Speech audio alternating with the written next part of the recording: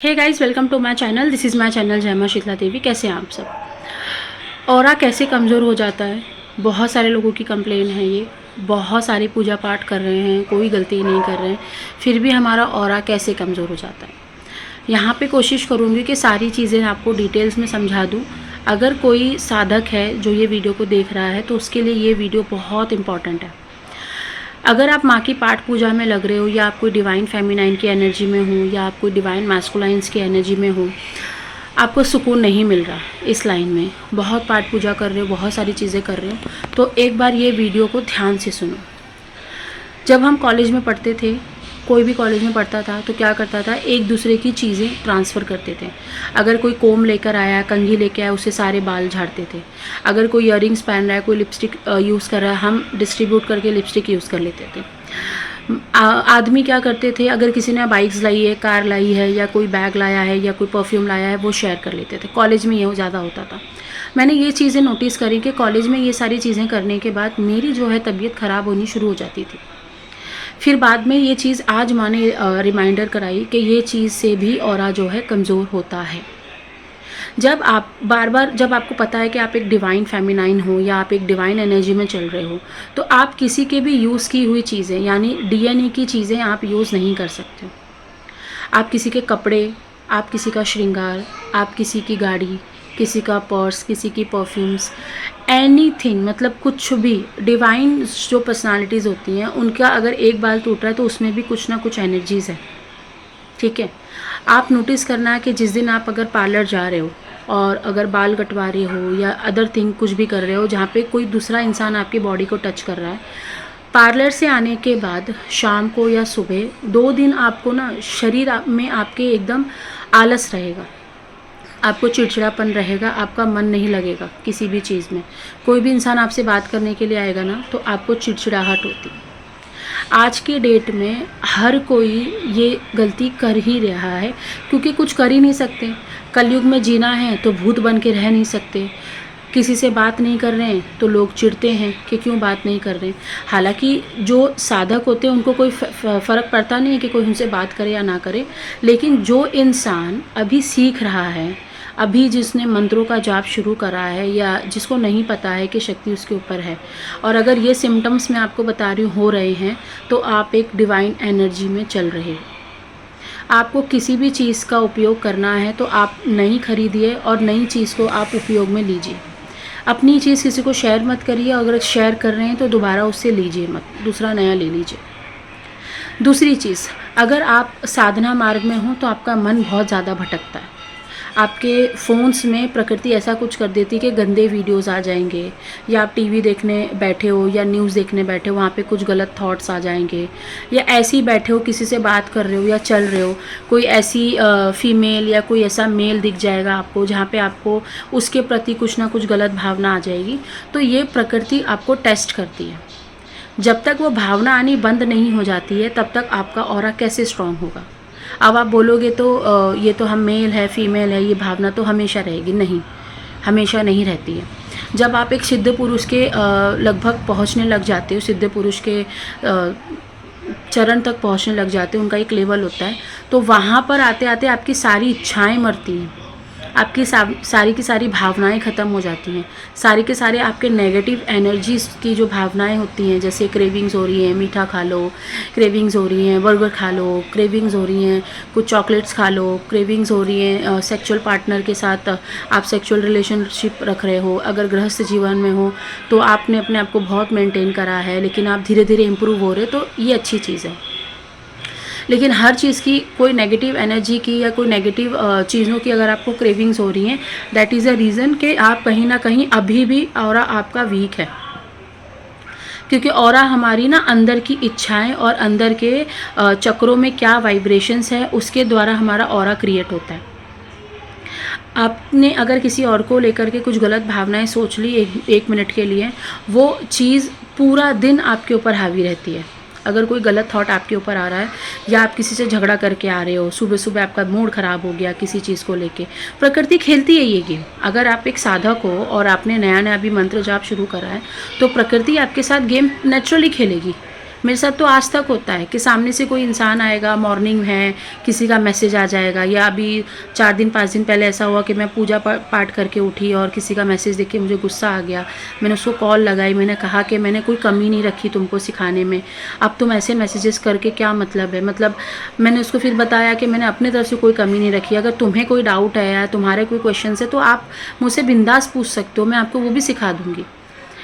लेकिन आपने मुझे ख़रीदा नहीं है, या आपने मेरे को अपना पूरा मुझे बांध नहीं लिया अपने पूरे शरीर से कि मैं आपको मैं अपनी पूरी मतलब कायनात आपको दे दूं, अपनी पूरी ज़िंदगी आपको दे दूं, ऐसा कोई साधक नहीं कर सकता। साधक ज़्यादा से ज़्यादा मैं बिना गुरु दीक्षा के सिखा रही हूँ, ये बहुत बड़ी बात है। और आपको ये बिल्कुल भी त्रास नहीं देती हूँ कि तुम मुझसे आओ और मिलो। मैं फ़ोन पे ही आपको आपके प्रॉब्लम्स के सल्यूशन दे रही हूँ ना, आज के डेट पे कोई नहीं देगा, और देगा तो आपको भी पता है कम से कम 11,000 25,000 चार्ज करेगा ही करेगा।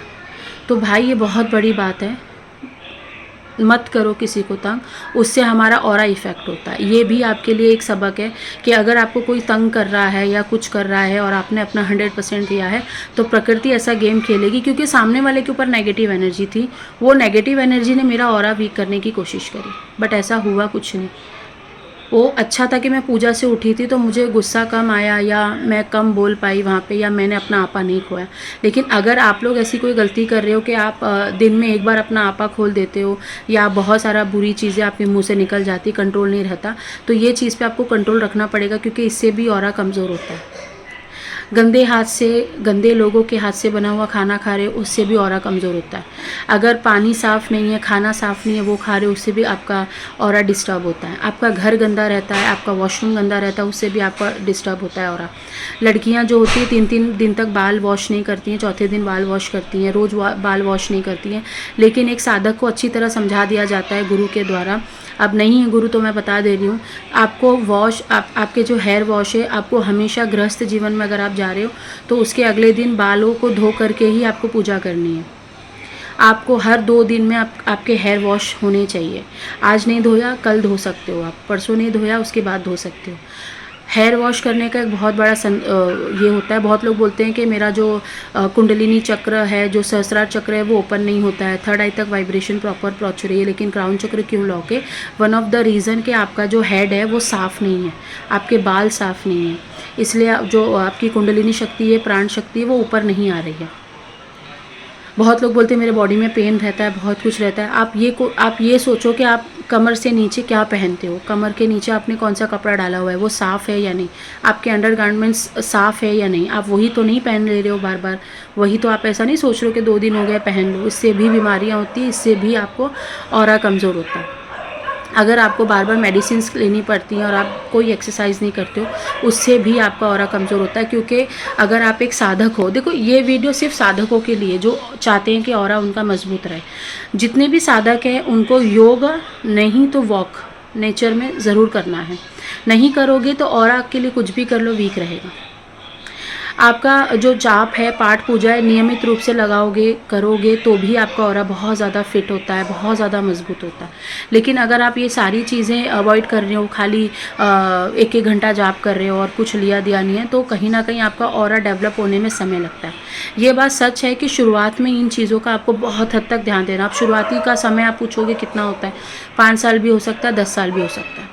डिपेंड करता है उस साधक के ऊपर कि वो कितना इस चीज़ में सीरियस है। बहुत सारे लोग मजाक समझ के आ जा रहे हैं इस लाइन में, तो डिपेंड करता है।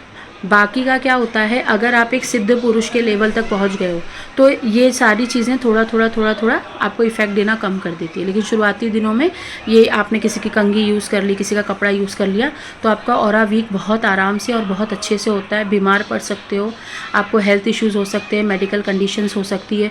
और जिसका ऑरा ये भी मैं बता दूँ, जिसका ऑरा कमज़ोर होकर मजबूत होता है तो बीमारी आती है और छूमंतर हो जाती है, छूमंतर हो जाती है। क्यों? क्योंकि उसने बीमारी किसी और से ली, किसी और को ठीक किया होगा, या उसका इतना ऑरा प्रचंड रहा होगा कि उसने उसको ठीक कर दिया और उसकी बीमारी का जो इफ़ेक्ट है उसकी ऑरा पे आ गया, और वापस उसने जो अपने आप को ठीक करने की कोशिश करी वो बीमारी उसकी चली गई। मतलब सब कुछ ऑरे पे डिपेंड नहीं होता है। आपकी जो नीयत होती है, इच्छा होती है, आपका जो काम होता है, बल होता है, आपका प्यार करने का तरीका है बच्चों को, आपको डांटने का तरीका पता है बच्चों को, वैसे ही उसी प्रकार ऑरा को मेंटेन करने का और बिगाड़ने का तरीका भी आपको मालूम होना चाहिए।